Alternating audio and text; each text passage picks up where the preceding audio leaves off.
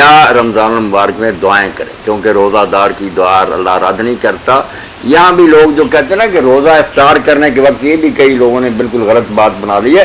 रोज़ा इफ्तार करने के वक्त नहीं, पूरा दिन जब से उसने रोज़ा रख लिया सूर्य गुरूब होने तक रोज़ादार को हक दिया गया कि रोज़ा भी रख, साथ दुआएं जितनी करता रहे। इसलिए साइम की दुआ हत्ता युफ्त, रोज़ा इफ्तार करने तक अल्लाह कबूल करता। सारा दिन मेरी बहन पड़ा, आप उस मरहूम के लिए दुआएं करें, आपका पर उसका बहुत हक है, जन्नत में जगह दे अल्लाह बख्शे। दुआ ही बड़ी, अल्लाह के खजाने भरे हुए, हमारा स्वाब क्या आगे मेरा स्वाब ले और आगे पहुंचाता रहे। इस पार्सल की जरूरत नहीं, अल्लाह ने दुआ कबूल कर दी तो उसके पास खुद ढेरों स्वाब है, दे देगा अपने फजल। ये सारे स्वाब कोई नहीं जरूरत कि मेरी ये नेकी आगे ले जा, क्या फायदा।